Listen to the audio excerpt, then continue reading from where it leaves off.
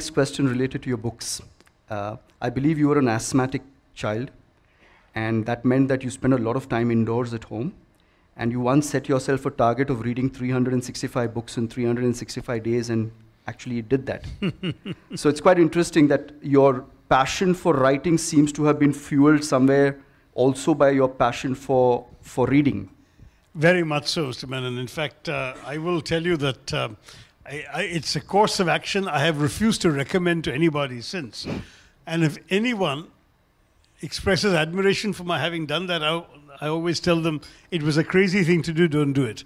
Read for pleasure, don't read to a deadline or to a task. But it was just one of these perverse things. Somehow this crazy idea came into my head, I'm going to read 365 books this year. I actually read more because I finished the 365 before Christmas, I remember. but you know, it involved a lot of almost speed reading, you know, reading very fast just in order to finish. It meant deliberately choosing short books sometimes. It was not the year that I read Gone with the Wind, for example. But at the same time, let me say that reading has a tremendously useful impact on children. So all of you who are parents should very much encourage your children to read without being too prescriptive about what they read. If they get into the habit of reading anything, then they will eventually use that technique to read worthwhile things. Again, I was blessed in my parents. I read good books and junk with equal energy, and my parents never stopped me.